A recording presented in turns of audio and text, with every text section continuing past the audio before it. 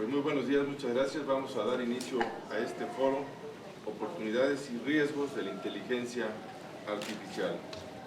Quiero presentar a nuestro ponente, Andrés Ponce de León,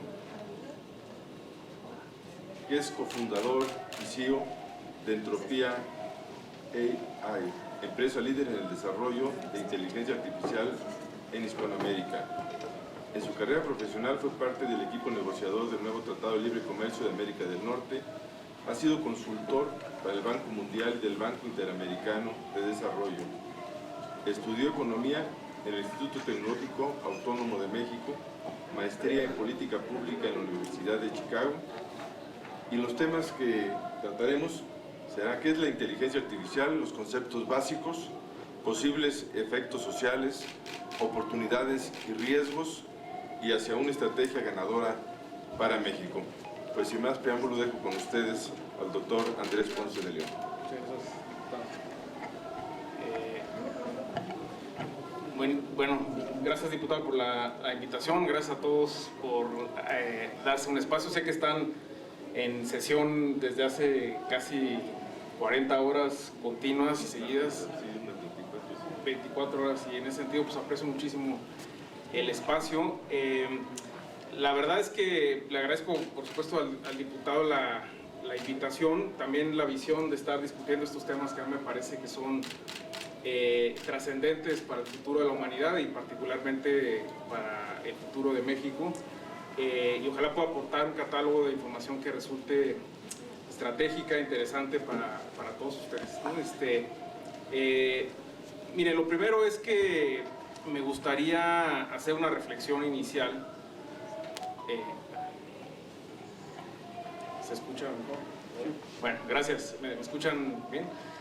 Decía que me encantaría iniciar con una reflexión sobre el papel del Congreso y por qué aquí es el espacio natural para discutir estos temas.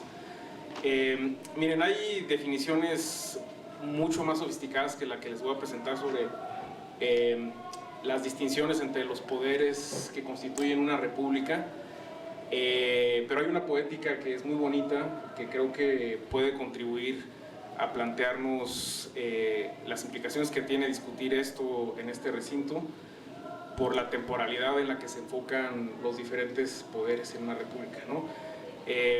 Es una simplificación, pero creo que ayuda a entender. Lo primero es que el poder judicial típicamente juzga lo que ya ocurrió, ¿no? O sea, juzga los eventos del pasado, y en ese sentido la temporalidad en la que se enfoca es el pasado, digamos, ¿no? El poder ejecutivo de cualquier república o organización social en el mundo de alguna forma opera en el presente, ejecuta, ¿no? Y en ese sentido la fábrica de su temporalidad es el presente. Pero todo lo que hace un Congreso, un poder legislativo, tiene efectos en el futuro, y en ese sentido la materia prima de su actividad es el futuro. Y a mí eso me lleva a pensar que es justo en este tipo de espacios donde los temas que están marcando el futuro de la humanidad son los espacios donde naturalmente se deben de discutir, y un poco a mí me parecía que ese debería ser el primer elemento de la reflexión, ¿no? Ahora, nosotros creemos que la inteligencia artificial es mucho más que una tecnología, ¿no? Es realmente una revolución social, y eso suma al argumento de que es en este espacio donde se deben discutir sus implicaciones sociales y las consecuencias de su desarrollo en toda su dimensión social y humana. Y por eso nos parecía que este era un espacio adecuado para plantearnos algunas reflexiones, y sobre esa base es que a mí me gustaría que empezáramos nuestro diálogo, digamos, ¿no? Entonces, dicho eso, yo quisiera compartir con todos ustedes algunos conceptos elementales que espero que puedan ser parte de la discusión que ya está naturalmente ocurriendo y que creo que va a crecer en los próximos años sobre el papel de esta tecnología en el mundo y en las sociedades, específicamente en el Congreso de la Unión en México, ¿no? Entonces, el primero naturalmente es ¿qué es inteligencia artificial? ¿Qué entendemos por esto cuando hablamos inteligencia. A mí siempre me ha sorprendido, tengo que decir, diputado, que si hemos visto en los últimos meses, años, una creciente preocupación por definir la inteligencia artificial. Y a nosotros en nuestra organización siempre nos ha maravillado que empezamos a preocuparnos por la definición de inteligencia artificial cuando se puso de moda la inteligencia artificial, y la parte fácil es definir lo artificial. Es decir, no vi la preocupación por definir inteligencia artificial antes de que estas tecnologías empezaran a ocupar más espacios en la vida pública, y una preocupación grande sobre qué significa inteligente, cuándo algo es inteligente. Es decir, la parte sencilla de la definición de este binomio inteligencia artificial es artificial. O sea, artificial es todo lo que no es biológico. Pero hace 5 años no había un interés gigante por saber qué es inteligencia, a secas, sin apellido. Y mi invitación sería a que lo piensen en unos segundos. ¿Cuándo algo es inteligente? Olvídense de la parte de artificial. ¿Cuándo algo es inteligente o no? ¿Cuándo un sistema cobra inteligencia? Pues en esa reflexión es que yo creo que podemos tener un espacio de mucha mayor profundidad que solo definirla en el contexto de la aplicación concreta ahora de inteligencia artificial. Nosotros creemos que inteligencia está asociada a aprendizaje, y un sistema aprende, sea biológico o no, cuando es consistentemente mejor, una vez que tiene acceso a nuevos datos. De hecho, eso nos plantea a nosotros si somos inteligentes como personas. O sea, por ejemplo, la realización de eventos del día de hoy. Al final del día de hoy, yo, Andrés, voy a ser más inteligente, es decir, voy a ser mejor en las cosas para las que fui diseñado, las cosas que hago en mi vida cotidiana, con toda la información que acumule en el día de hoy. O sea, imagínense que hoy nosotros venimos de la Condesa, y cuánta información recopilamos del universo solo en el trayecto de la Condesa aquí a San Lázaro. Vimos carros. Esta fue la primera vez que vengo a la Cámara por la ruta que me vine hoy. O sea, hoy conocí una nueva ruta para llegar aquí. Y esa información se incorporó a mis redes neuronales biológicas. Y Andrés, al final del día de hoy, es un pelado teóricamente más capaz, porque conoce al menos una ruta nueva para llegar a la Cámara de los Diputados, ¿no? Eso es inteligencia, es aprender de la información que el mundo nos revela, y que podamos ser mejores en las decisiones que tomamos con base en esa recopilación de información. Entonces, ¿qué es inteligencia artificial? Pues son sistemas no biológicos en esta etapa de la humanidad y de la historia del universo asociados a grandes capacidades de cómputo, que tienen la capacidad de aprender conforme tienen nuevas piezas de información, ¿no? Entonces es una primera definición que está asociada sobre todo a otros conceptos que tal vez han escuchado, que están asociados a un concepto de aprendizaje, ¿no? En inglés se le suele llamar machine learning, deep learning, pero esta parte de learning es el acto de mejorar un sistema conforme nuevos datos se incorporan a su capacidad de decisión. Entonces esa es una primera definición, ¿no? Un sistema es inteligente, sea biológico o no, cuando aprende de cada nuevo dato que tiene, y aprender significa mejorar consistentemente la capacidad de decisión, ¿no? Por supuesto hay un enfoque matemático que valida qué significa aprender, qué significa ser mejor, ¿no? Es minimizar una función de costo. En la vida cotidiana diríamos, pues es que cometas menos errores, ¿no? Esa sería una definición elemental básica de ser mejor, ¿no? Con nueva información. En términos de la metáfora que yo ponía al principio para llegar aquí, pues ahora tengo muchas más opciones. Si hay una manifestación, o está tomando una calle, o sencillamente quiero llegar más rápido a la Cámara de Diputados, ahora tengo más opciones y podría cometer menos errores, teóricamente, ¿no? Entonces, ese es un primer elemento importante. Otra distinción que a mí me parece extraordinaria en este ámbito específicamente, y que no sé cuántos se han puesto a pensar, y me encantaría motivar esa reflexión, es cómo dividir la inteligencia artificial por los campos en los que tiene aplicaciones, ¿no? La primera división canónica es visión y lenguaje, ¿no?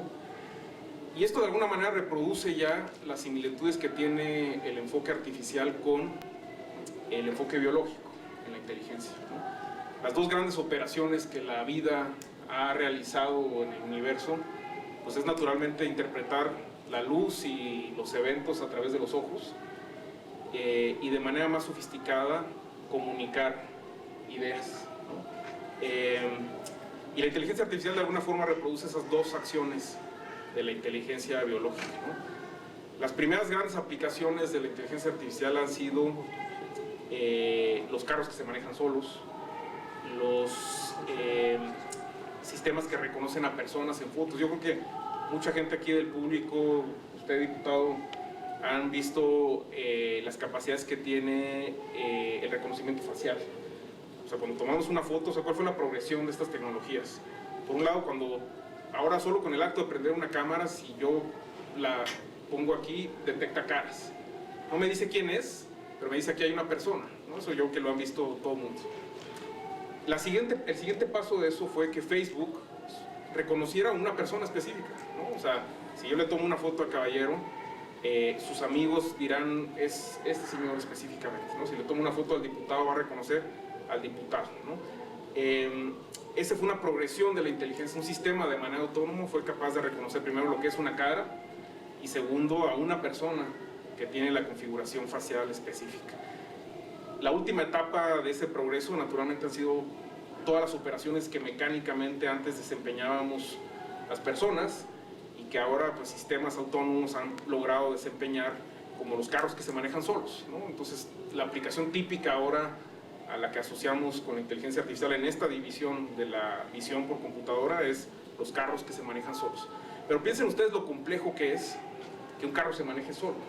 ¿Han visto estas bolsas de estraza como las que traía el doctor Chapatín, ¿no? Imagínense esa bolsa volando por el aire en una calle aquí en la Ciudad de México.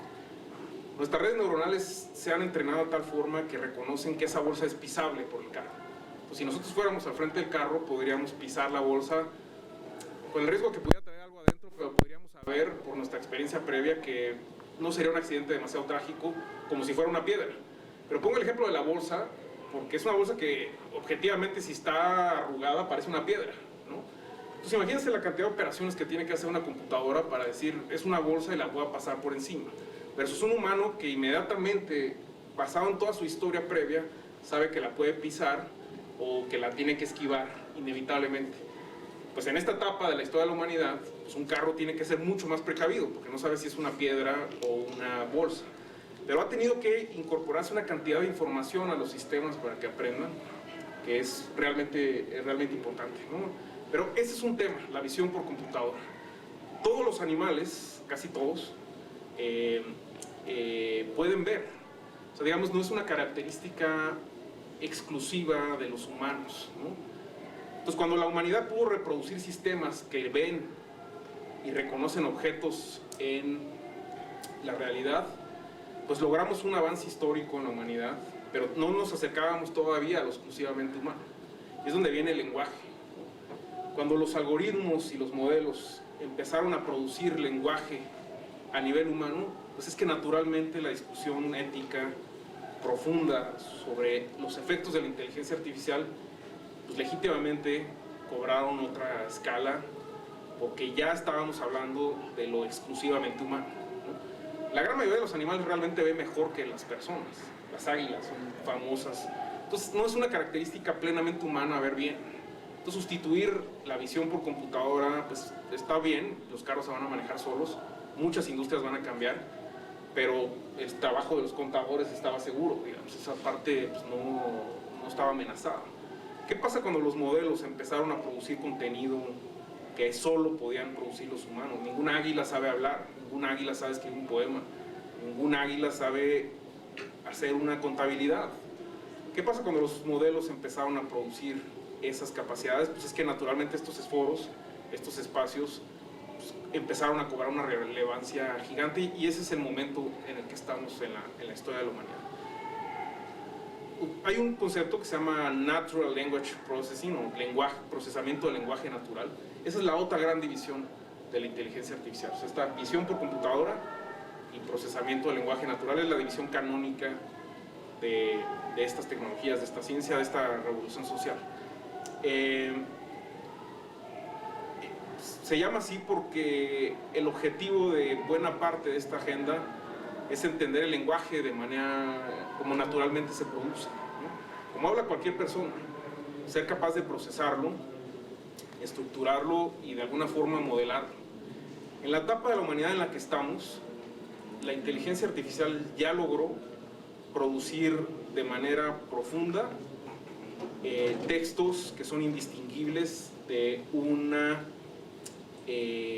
cualquier producción que haya hecho un humano.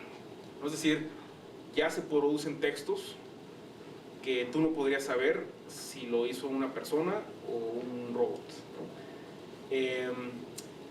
Se está profundizando en que sean textos que respondan preguntas mucho más significativas, sobre todo fácticas, digamos, o sea, que estén asociadas a la verdad.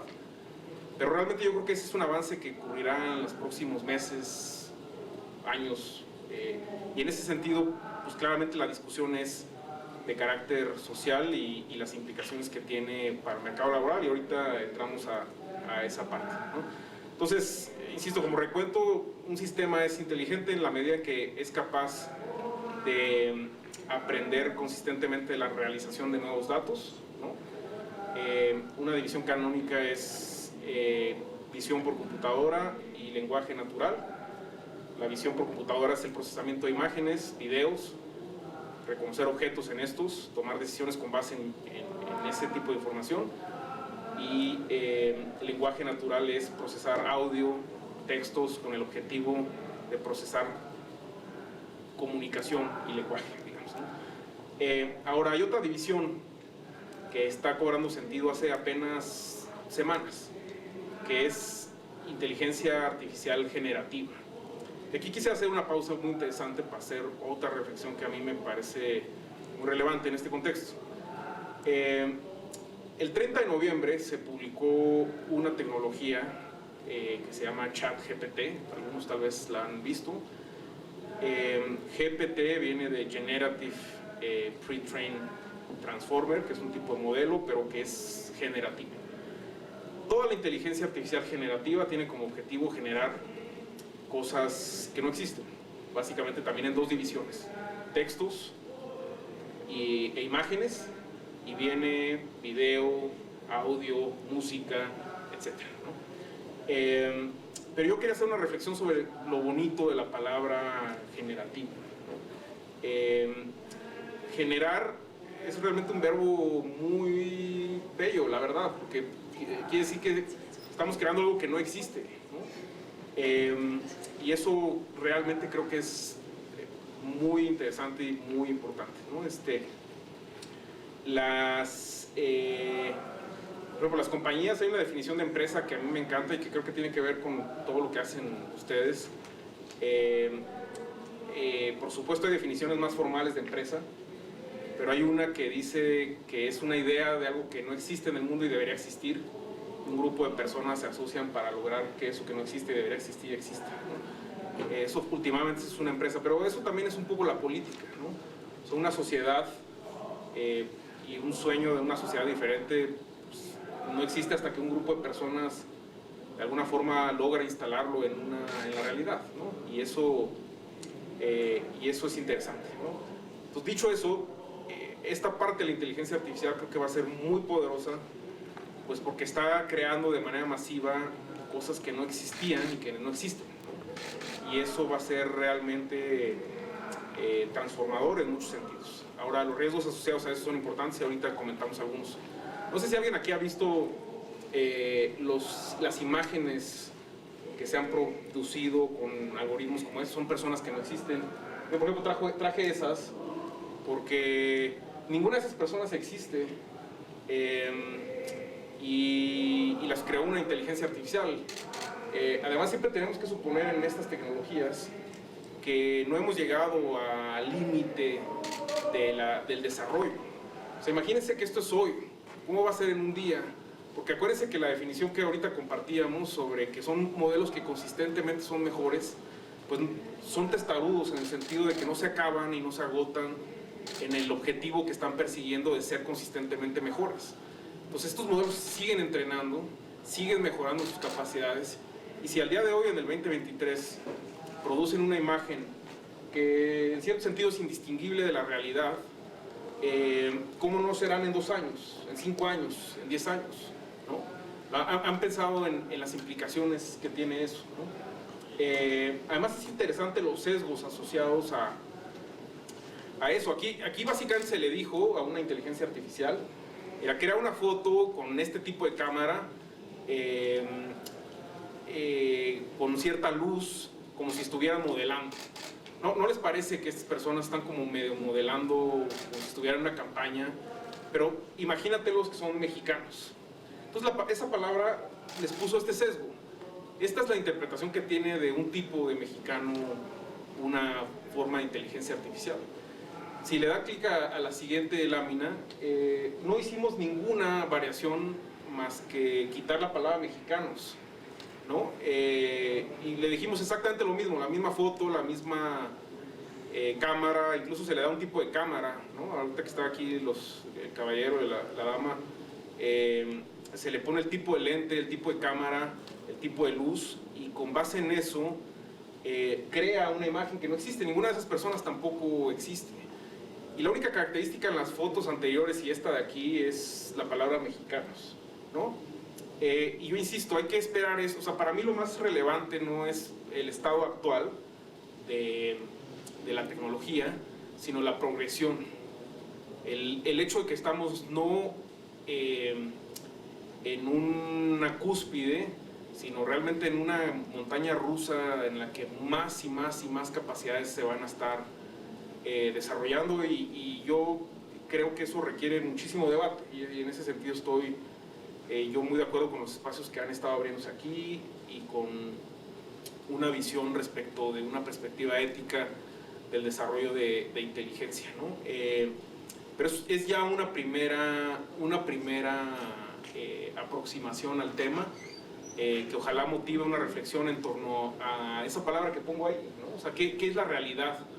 O sea, la fábrica de lo que teníamos como seguro ha cambiado sustancialmente, al grado de que realmente en los próximos años, legítimamente creo que la discusión central es sobre lo humano, ¿no? Porque miren ustedes, piensen que cuando nosotros estamos tratando de crear una inteligencia artificial, pues últimamente lo que estamos tratando es de entender qué es la inteligencia, y en ese sentido pues entendernos a nosotros mismos como humanidad, ¿no? Esa es la reflexión final a la que llama, creo que, la creación de la inteligencia artificial, ¿no? ¿Qué es lo humano? ¿Qué constituye el elemento esencial de nuestras características, ¿no? Porque piensen ustedes que estos modelos de alguna forma han logrado estructurar una representación de la realidad. Por ejemplo, en este caso son las imágenes, ¿no? Y con base en ello es que nos plantean algo que nos es atractivo en términos de una distinción de lo real, y eso creo que va a ser muy importante. ¿Cómo? Ah, perdón. Sí, una disculpa. Decía,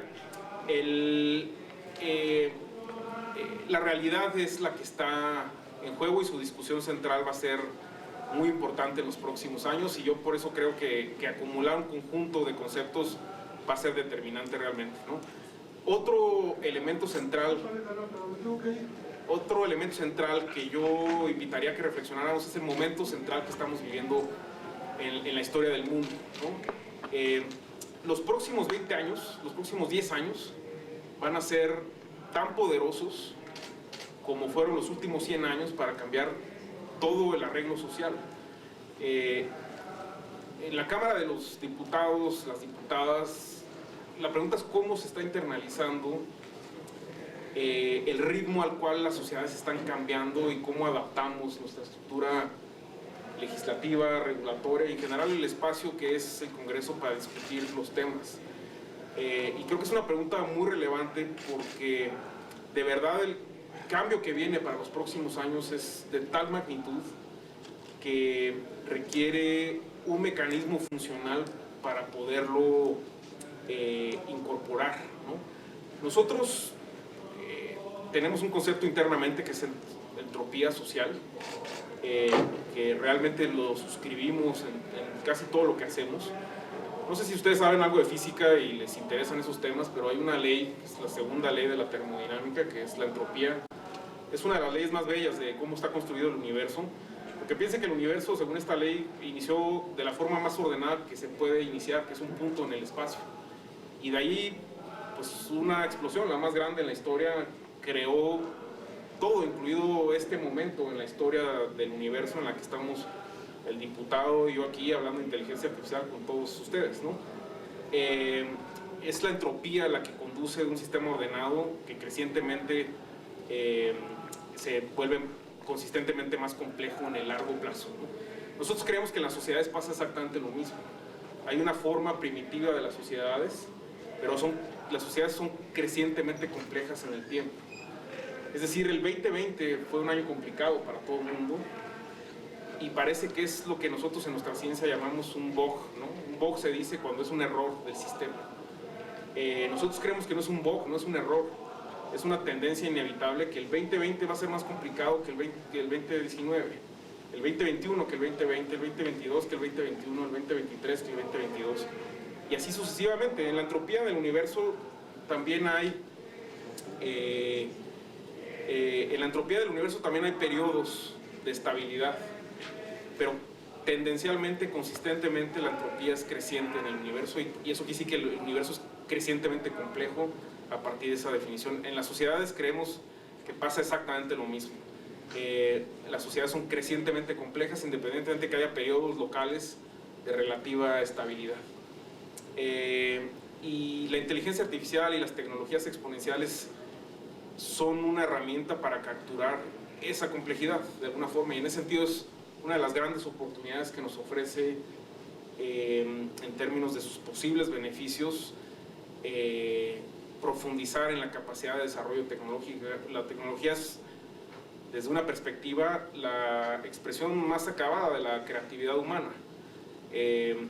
La inteligencia artificial, independientemente de sus implicaciones sociales o comerciales, es últimamente la consecuencia de muchas personas, como mis colegas aquí que nos acompañan hoy, de gente que está tratando de entender cómo funcionan las cosas, cómo capturar complejidad, cómo procesar grandes cantidades de datos. Una curiosidad inherentemente humana en la capacidad de descubrir preguntas centrales para grandes cantidades de información. Es casi una curiosidad bella en un sentido. Y en ese sentido, es evidente para nosotros que una discusión en torno a los efectos que tiene esta tecnología pueden contribuir a que de alguna forma podamos estructurar dinámicas sociales funcionales para este contexto de complejidad creciente, ¿no? Lo que quiero decir es, dada esa complejidad creciente, porque las sociedades son crecientemente complejas, el uso de tecnología en diferentes ámbitos es potencialmente benéfico en la medida en que captura y estructura mejor grandes cantidades de complejidad. Por supuesto, el riesgo es que esté usado de una manera ética y funcional, y en ese sentido, pues para nosotros esa discusión es insisto, muy relevante, ¿no? Entonces, esos son algunos de los conceptos de manera general que a mí me gustaría transmitir. Me encantaría discutirlos en un espacio mucho más amplio, y algunas reflexiones finales que yo creo que son relevantes para este contexto que tenemos son, primero, cómo están cambiando los mercados laborales considerando el desarrollo de estas nuevas tecnologías. Hace no mucho, probablemente 3 meses, no conocíamos el concepto y su importancia relativa como habilidad laboral de algo que ahora se llama prompting. No sé si alguien aquí ha escuchado ese concepto, prompting, y es un concepto que en los próximos años va a ser realmente relevante. La capacidad de hacer de dar una instrucción funcional a una máquina. Por ejemplo, la instrucción que le dimos aquí de dibuja unas gentes que no existen con este tipo de lente, con este tipo de cámara. Si esa instrucción no la hubiéramos dado bien, no se hubiera creado bien esa imagen, ¿no? Lo mismo con los textos. Cuando le pides un texto a una inteligencia artificial, pues necesita ser preciso, darle características concretas, y eso es lo que puede volver esas tecnologías funcionales para la actividad laboral, saber cómo interactuar con ellas en un sentido estratégico, ¿no? Bueno, pues así como hace algunos años empezó a ocurrir que los trabajos demandaban el conocimiento de Excel o de PowerPoint o de cualquier otra tecnología, pues no falta mucho para que sea inevitable que poder tener un diálogo funcional con alguna máquina sea un requisito indispensable para ocupar una posición en cualquier ámbito de la vida cotidiana. Y en ese sentido, realmente esa parte es una agenda que yo creo que debemos tener muy clara, cómo está cambiando el mercado laboral. Ayer se publicó un estudio por primera vez sobre los posibles efectos de productividad que tienen modelos como el GPT para crear contenido. Una empresa abrió toda su dinámica de medición de productividad, una empresa gigante, y los primeros hallazgos sugieren que bien utilizado esa tecnología pueden elevar hasta el 14% la productividad de las personas que lo utilizan, ¿no? En ciertas tareas. Ese 14% pues es una liberación de tiempo para las personas. Posiblemente una discusión interesante es la reducción de la jornada laboral, la participación en los márgenes más amplios de las compañías, pero inevitablemente una discusión es la dimensión de la productividad en el uso de estas tecnologías. Otra discusión interesantísima es cuáles son los sectores que van a estar más afectados por el surgimiento de estas tecnologías. Hay un artículo también de una de las empresas que ha producido, entre otros, GPT, que tiene un primer vistazo al catálogo de industrias que van a estar más afectadas en los próximos años por el desarrollo de inteligencia artificial. Yo creo que es un artículo que vale la pena revisar en términos de la discusión que está cobrando sentido en estos espacios, ¿no? Y pues bueno, finalmente yo, para seguir con una agenda como muy acotada y sabiendo que están en una discusión muy profunda en el ámbito de lo estrictamente legislativo, mi reflexión final sería que es fundamental que México pueda discutir más allá del ámbito de lo ético el papel que puede jugar el emprendimiento en torno a inteligencia artificial como una fuente alternativa de desarrollo y crecimiento económico, ¿no? México ha pasado por muchos periodos de desarrollo económico en su historia. Hemos hecho apuestas estratégicas en torno a diferentes sectores para, con base en ello, impulsar el crecimiento económico del país. Pero creo que está pendiente una apuesta en el ámbito del desarrollo tecnológico, donde México legítimamente tiene una oportunidad extraordinaria, y a mí me parece que está pendiente en la discusión social un enfoque sobre una política económica que promueva sí el emprendimiento en ese sector en específico. Y una de las razones por las que creo que México tiene un potencial enorme en esta industria, y esa es la reflexión, insisto, más importante que me gustaría compartir con ustedes, es que así como ahorita hacíamos la distinción de visión por computadora, inteligencia generativa y lenguaje, México es el país de habla en español más grande del mundo, más grande que España, por supuesto, ¿no? En términos poblacionales, y además si sumamos a todas las personas de origen mexicano en Estados Unidos, tenemos un catálogo realmente muy importante de peso específico que tiene nuestro país y nuestra cultura en el mundo, y la importancia que tiene el lenguaje en el desarrollo de esta industria va a ser central realmente en los próximos 30 años. Lo que se haga en los próximos 5 años en los países y en las empresas realmente va a determinar lo que va a ocurrir en los próximos 50, 100 años. Y el lenguaje es el gran compiler, como decimos nosotros, es el gran vehículo para instalar ideas en el mundo. Y cuando un país como el nuestro tiene una posición estratégica en ese lenguaje tan importante, naturalmente tiene una ventaja competitiva. Ahorita mucha parte de la discusión en torno a inteligencia artificial está asociada a la consolidación, estructuración de grandes bases de datos de dominio, como se dice. Es decir, para que estos algoritmos y estos modelos sigan aprendiendo, es necesario que la información que producen las sociedades se empiece a estructurar, sistematizar y podamos acceder a ella de una manera funcional. La cantidad de información, por el hecho de ser el país más grande en habla español, que producimos en español, es uno de los activos más importantes que tenemos. Si a eso le sumamos la posición geográfica estratégica que tiene el país, la presencia relativa de nuestra pirámide poblacional y de jóvenes en la estructura poblacional, es un conjunto de ventajas que sumadas realmente ofrecen a México una oportunidad extraordinaria para ser una región líder en el desarrollo de la industria, que insisto va a marcar los próximos 100 años al menos de la humanidad, y además en el ámbito específicamente en el que tenemos una ventaja comparativa, el lenguaje, y además en el lenguaje, uno de los lenguajes más relevantes en la historia de la humanidad naturalmente, como es el español, ¿no? Entonces, pues miren, son algunas reflexiones de manera general. Tal vez el diputado tenga algunos comentarios sobre los que pueda reaccionar y alguna pregunta.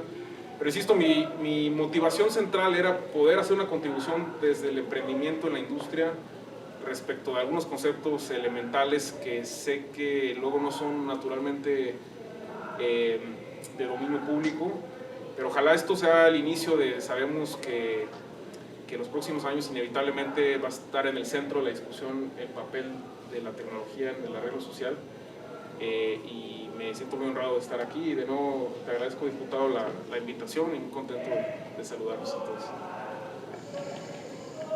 Pues muchas gracias, Andrés, y obviamente abrimos el espacio para preguntas. Y yo quisiera, bueno, si me permiten iniciar con una Sí. que me preocupa. Por ejemplo, ¿tú cómo ves el riesgo de que se empiece, digamos, a suplantar las personalidades?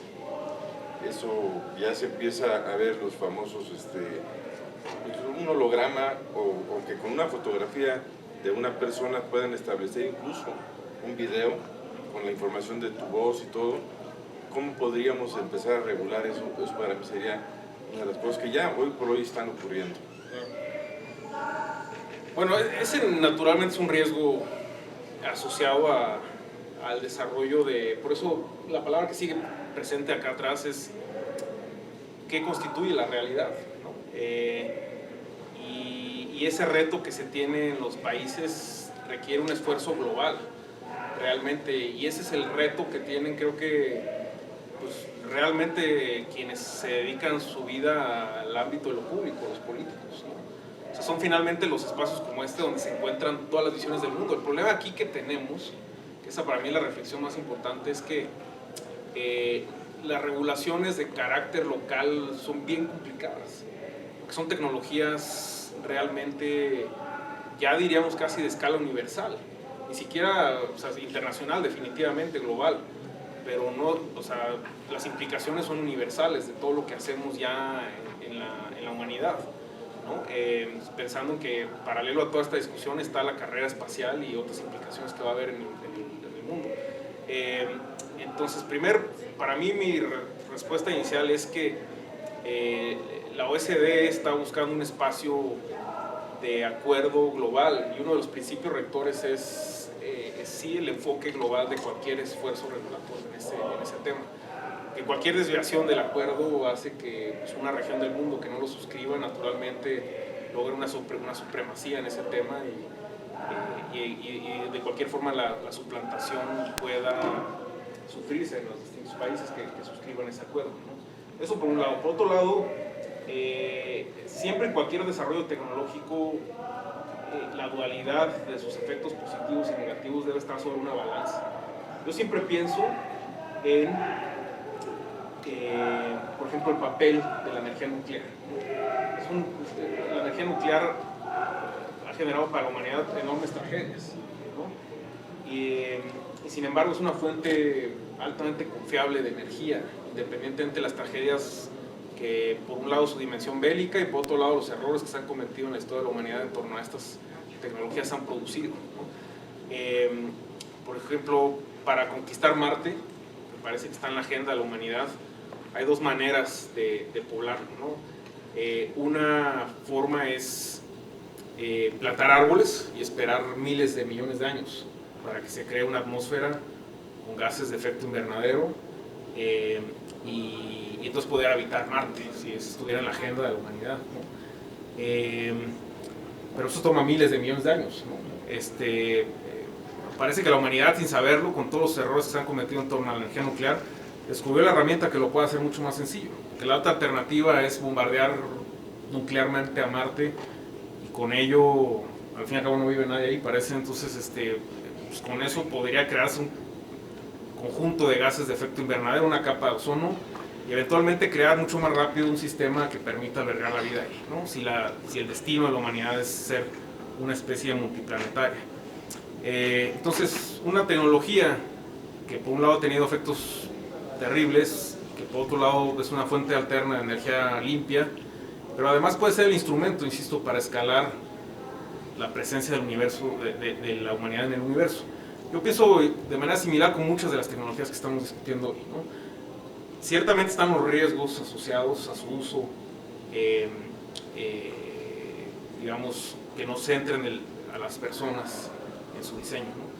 Pero definitivamente profundizar en el desarrollo tecnológico, siempre que esté basado en una curiosidad profunda sobre respecto de cómo funciona la fábrica del universo, tiene consecuencias positivas para la humanidad, porque insisto, materializa una de las características más hermosas de lo que significa ser humano, que es preguntarnos cómo funcionan las cosas, de qué estamos hechos, de dónde venimos.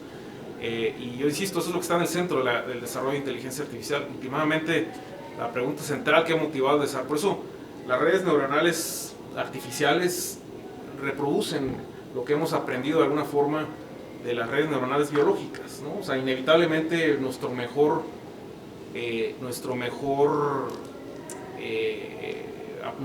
apuesta es reproducir la inteligencia que nosotros tenemos. Entonces, pues sí, entiendo que ese es un riesgo. Yo creo que el enfoque de coordinación en el ámbito de lo público, aquí hay 500 diputados y los senadores, y luego hay otro conjunto, un ecosistema de instancias regulatorias. Yo pienso en qué soluciones pueden ofrecer en términos de un acuerdo global que por un lado balancee positivamente la necesidad de un emprendimiento en torno a esta industria en México, por su posición estratégica, con la posibilidad de estos retos que efectivamente vamos a tener que manejar, ¿no? Hace poco salió, para abonar a tu pregunta, una foto del Papa que no existía, o de Trump siendo arrestado, tal vez alguien las vio. Esas fotos no eran ciertas, ¿no? Y ese es el reto, ¿no? Pero piensen ustedes en el universo de tecnologías que pueden cambiar la realidad para bien y que realmente utilizan los mismos algoritmos, ¿no? Entonces, ¿cómo podemos poner eso en el centro? Yo diría que pensando, insisto, en esa parte de la humanidad en el centro. Había una pregunta por allá, ¿verdad? Sí. Gracias. Mi pregunta es, ¿hasta dónde puede llegar el alcance del poder legislativo, atendiendo a que este tipo de tecnologías, los usuarios son contratos modelo, contratos adhesivo, donde la regulación de estas empresas es en un país extranjero? ¿Hasta dónde puede llegar el legislativo a influir en la regulación de estas inteligencias artificiales? Y el segundo es, si la hubiera, México en algún momento tuvo incluso una agencia espacial, actualmente ya no hay, pero si partiendo de que no hay nada, exigirle a las empresas códigos de ética, el compliance laboral que ahora está muy en boga, pudiera ser una solución o una alternativa. Esos son dos supuestos y es un gusto volverte a ver. Un gusto verte de nuevo. Bueno, miren, sobre ese tema, efectivamente es a lo que me refiero con la perspectiva global. Muchos de los desarrollos tecnológicos más importantes asociados a estas tecnologías naturalmente ocurren en países desarrollados, en los grandes clústeres de desarrollo tecnológico en el mundo. Yo creo que por eso es necesario, particularmente en países como el nuestro, el enfoque de un desarrollo de una industria con otro nivel de presencia en nuestro país, ¿no? Nosotros nos sentimos orgullosos de ser una compañía global en todas sus dimensiones, por la gente que trabaja con nosotros, por los clientes que tenemos, y en ese sentido pues no nos asumimos necesariamente aquí, pero ciertamente aquí estamos basados, aquí pagamos impuestos y aquí tenemos una visión, ¿no? Quienes fundamos esa organización. Entonces, más personas compitiendo globalmente desde aquí balancea naturalmente más allá la regulación.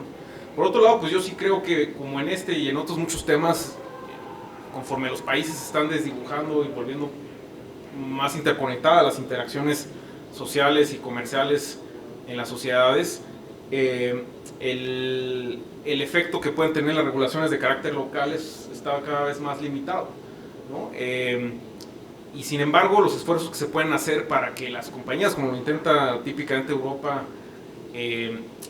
cuando llegan y se presentan en sus países, cumplan ciertas características, pues de alguna forma tiene pues, ciertos efectos en la manera en que estos países adoptan su estructura global a casos particulares, ¿no? Yo insisto, yo más bien creo en una visión escalada que ponga en el centro a las personas. Ahora hay una cosa que se llama Human Centered AI, que es la inteligencia artificial centrada en la persona. Es un principio rector de una visión ética en el desarrollo de estos modelos. Yo creo que hay que hacer un esfuerzo todos quienes estamos en la industria por suscribir el acuerdo central de que es la humanidad para la que estamos optimizando finalmente, ¿no?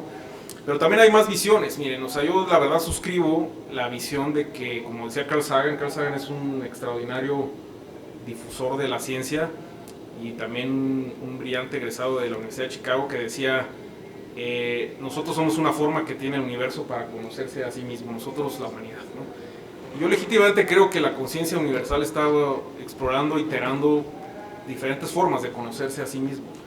Y en ese sentido, pues hay que optimizar por un lado para que la humanidad esté en el centro, pero también tenemos el balance central de que el universo pueda conocerse de manera profunda. Y las preguntas, insisto, que tenemos están las preguntas de primer nivel, de corto plazo, muchas de las cuales son urgentes, como cómo resolver la pobreza, la desigualdad, el acceso de grandes sectores de la población a muchísimas cosas a las que no tienen acceso, entre ellas eventualmente a la tecnología, a comer, ¿no? Más urgentemente que eso. Pero están las preguntas centrales sobre, insisto, ¿qué es la realidad? O sea, ¿por qué existimos? Cada quien lo contesta de una forma diferente, pero la vocación curiosa de la humanidad por contestarlo es central y sí se necesita cada vez más capturar información.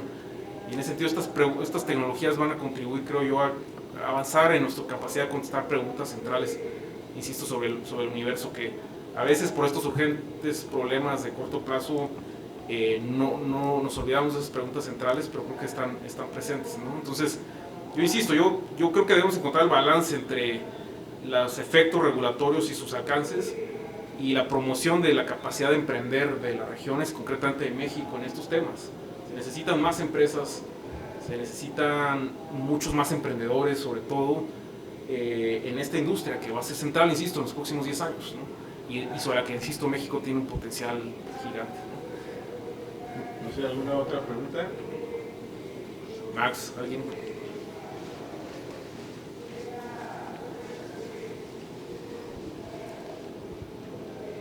Hola, en términos de política pública, ¿cuál pensarías tú que sería la principal política pública que debería tener como agenda el gobierno mexicano? ¿Podría ser una política fiscal, educativa o regulatoria? ¿Cuál debería ser la que tú crees que deberíamos fomentar en estos meses o años siguientes para poder hacer crecer esta industria?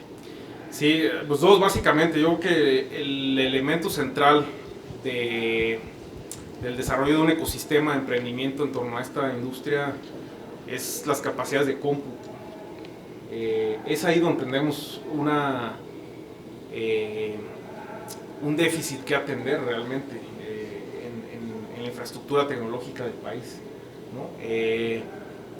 Acceso a internet de alta velocidad, por supuesto, en muchas más comunidades es un requisito central, pero digamos en las grandes comunidades urbanas de México donde podrían surgir emprendedores, naturalmente la partida más grande de gasto que tienen las compañías que están intentando crear soluciones tecnológicas es el cómputo en la nube, fundamentalmente, ¿no? Ese tema pues, está capturado por las empresas globales, y ese es un tema bien interesante para discutir opciones alternativas para el mundo. Esa es una primera agenda. La otra es replantearnos, diputado, qué significa trabajar en una organización. O sea, los próximos años uno de los elementos centrales de una revolución realmente social que va más allá de la inteligencia artificial, que el COVID de alguna forma detonó en lo que significa el trabajo remoto, etcétera. O sea, nos ha ido generando nuevas dinámicas sociales y laborales bien importantes que yo creo que todavía no están capturadas en la regulación laboral en México, respecto de cómo crear más trabajos de una manera funcional, y cómo reconocer que buena parte de esos trabajos pueden ser multiempleador, digamos, ¿no?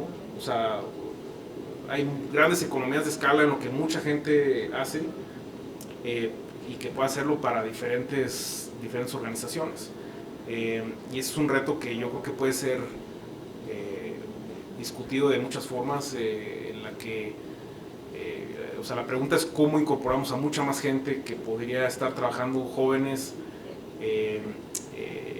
y personas de diferentes edades en esta industria, con un formato mucho más ágil que por un lado eleve el empleo formal, eleve la presencia de diferentes sectores en esta industria que va a ser trascendente en los próximos años, y que facilite que las empresas puedan, insisto, generar muchas más posiciones en torno a esto, ¿no?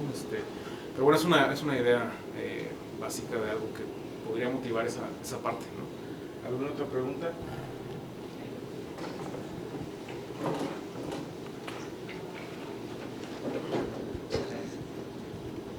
Gracias, Andrés. Y bueno, mi pregunta es, ¿tú cómo crees que la inteligencia artificial se puede embonar con algún proyecto de voto electrónico? Y si sabes si en alguna otra parte del mundo ya existe eso.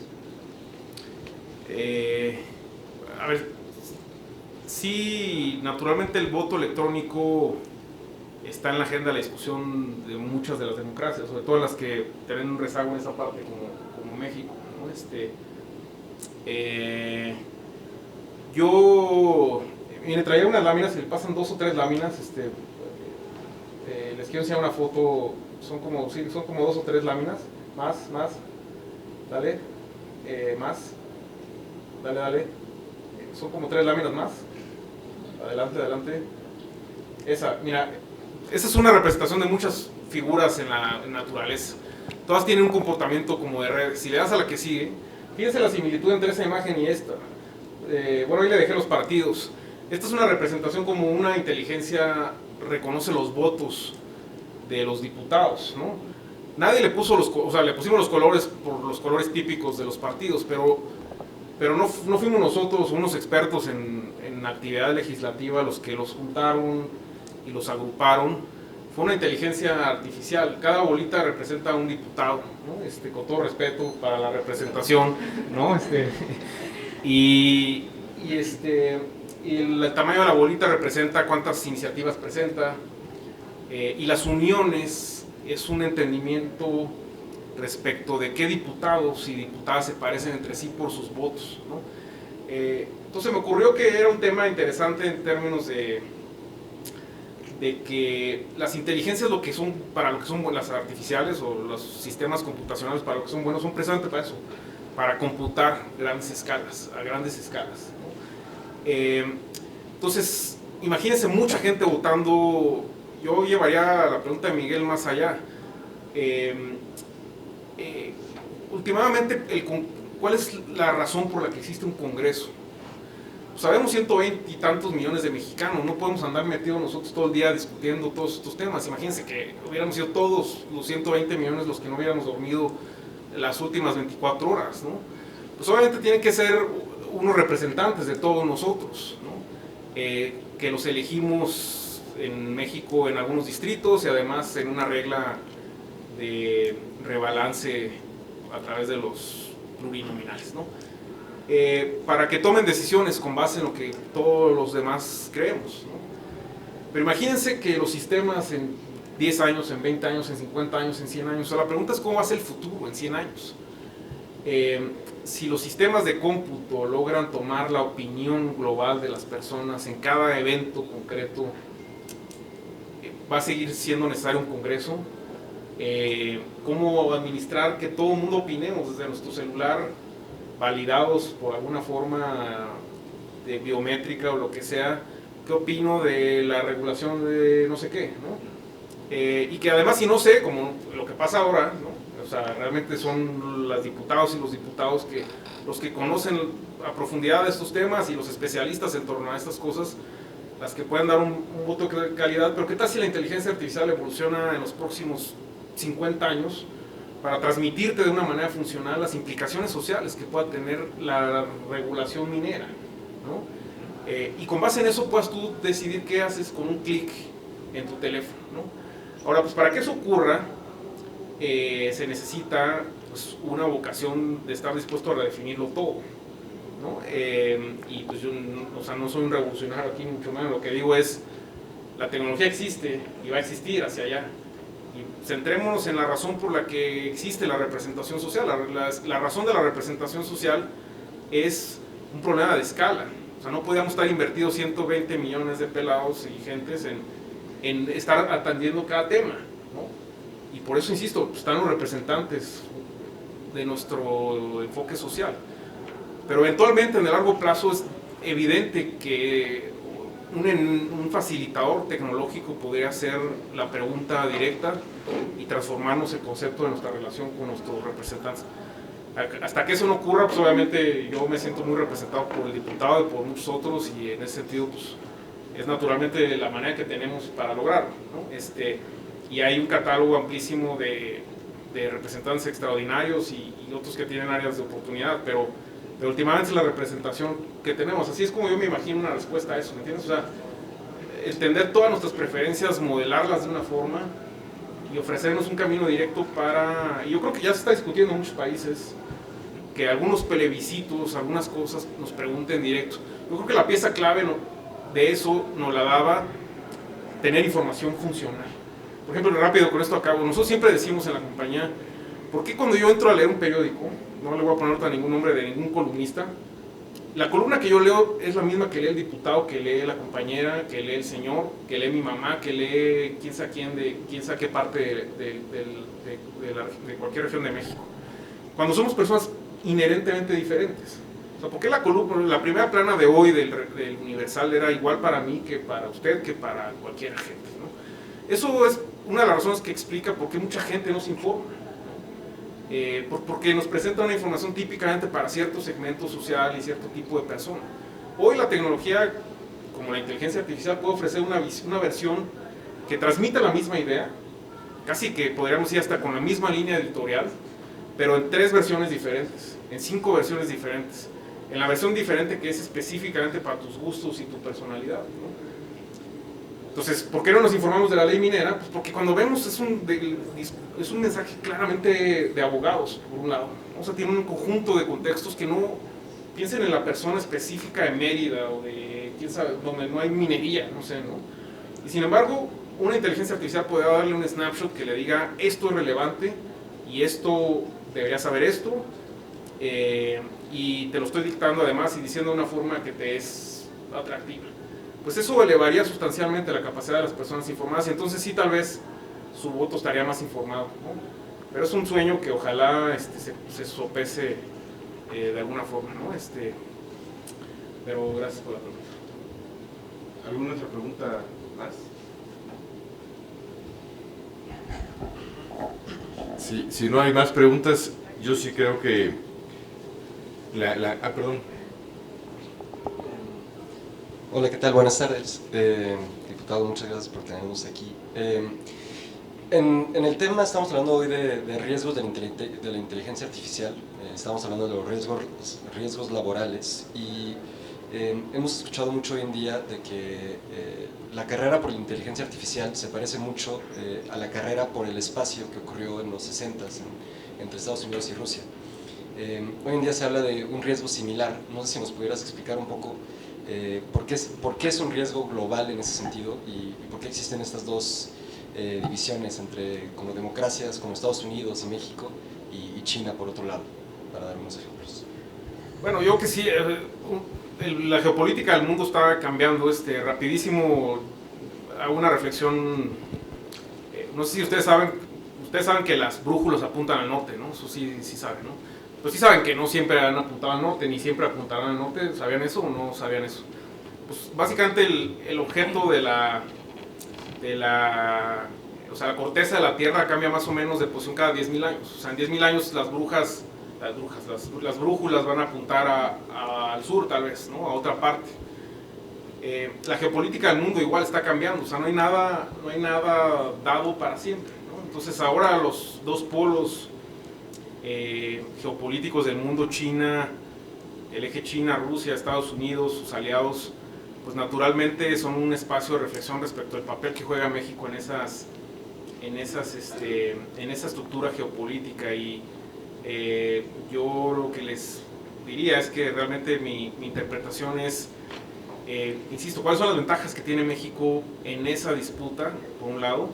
¿Cuál puede ser una estrategia ganadora para nuestro país? Que para mí, insisto, está asociada a procesar grandes cantidades de lenguaje en español y convertir un ecosistema exitoso en esa división particular de la inteligencia artificial. Pero sí, ciertamente la discusión democrática que puede ocurrir en países como el de México o en ciertas partes del mundo, pues es un facilitador de que la discusión en torno a una inteligencia artificial centrada en las personas pues ocurra de una manera más rápida y funcional, ¿no? Versus otras formas de entender las formas de gobierno, las autocracias, ¿no? Que más rápido acceden a datos, por eso sus algoritmos se entrenan mucho más rápido, pues porque esa discusión no tiene lugar, ¿no? Aquí el chiste es balancear la privacidad, la personalidad de todas las entidades, las personas, y sin embargo poder escalar la tecnología, porque debemos suponer que pues, los diferentes polos están intentando escalar sus capacidades de tecnología y particularmente de inteligencia artificial, ¿no? Entonces, pues insisto, yo creo que México además sumado a eso pues sigue aprovechando la posición estratégica en el mundo, que eso sigue siendo una ventaja extraordinaria. Y yo creo que en esa disputa geopolítica México pues, tendrá una oportunidad enorme de nuevo, como siempre, ¿no? Y ojalá la aprovechemos. ¿Alguna otra pregunta más? Muchas gracias, Andrés. Yo creo que precisamente el hecho que estés aquí es un inicio. La verdad, leyes sobre inteligencia artificial solamente hay en 2 países, en España y creo que Uruguay o Colombia, no sé, uno de esos países de Centroamérica. Y estamos ya presentando una iniciativa aquí. Y yo sí creo que es un gran futuro, sobre todo para los jóvenes. Tenemos que apostarle a la inversión, tenemos que tener un presupuesto que vaya destinado a estos conceptos, a estos sectores, porque la rentabilidad de encontrar una punta de lanza en inteligencia artificial puede generar una cantidad enorme de recursos para el país. Yo sí creo que hay muchas oportunidades y pensando hoy lo que nos ocurrió, que estamos aquí y no pudo venir prácticamente ningún diputado porque, como ya bien lo dijo Andrés, tenemos más de 24 horas aquí trabajando. Le hubiéramos preguntado a la inteligencia artificial, oye, ¿qué día me recomiendas para hacer el foro? Tal vez nos hubiera dicho no, no es buena fecha porque se va a cerrar el periodo y es probable que surjan problemas. Es algo tan simple, pero a la vez que nos puede dar una información, como yo le preguntaba a un grupo de alumnos en carrera profesional Tecnológico de Monterrey, que quién usaba la inteligencia artificial, y la misma pregunta se las hago a ustedes. Y todavía no estamos muy acostumbrados. Lo más que alguien dijo fue, yo tengo una Alexa, pero yo creo que la inteligencia artificial nos topamos todos los días con ella en muchos lugares. Ahorita yo voté, en este momento yo voté aquí con un teléfono que tiene inteligencia artificial, me reconoce y puedo emitir mi voto y se refleja allá en el tablero. Pues Andrés, espero que este sea el primero de varios encuentros. Yo sí creo que tenemos que seguir explorando este tema que cada día va generando mucho más interés en mucha gente, pero muchos jóvenes son los que están hoy preguntándose qué sigue con la inteligencia artificial. Y algún día te preguntaré, ya no te quiero hacer esta pregunta para no alargar más, pero se las dejo a todos ustedes. Una persona me dijo, si no se maneja bien la inteligencia artificial, puede ser el principio del fin. Esperemos que así no sea, que se pueda manejar correctamente y que podamos avanzar hacia el futuro, pues con orden, con ética y con resultados positivos para nuestro país y para el mundo. Muchas gracias a todos.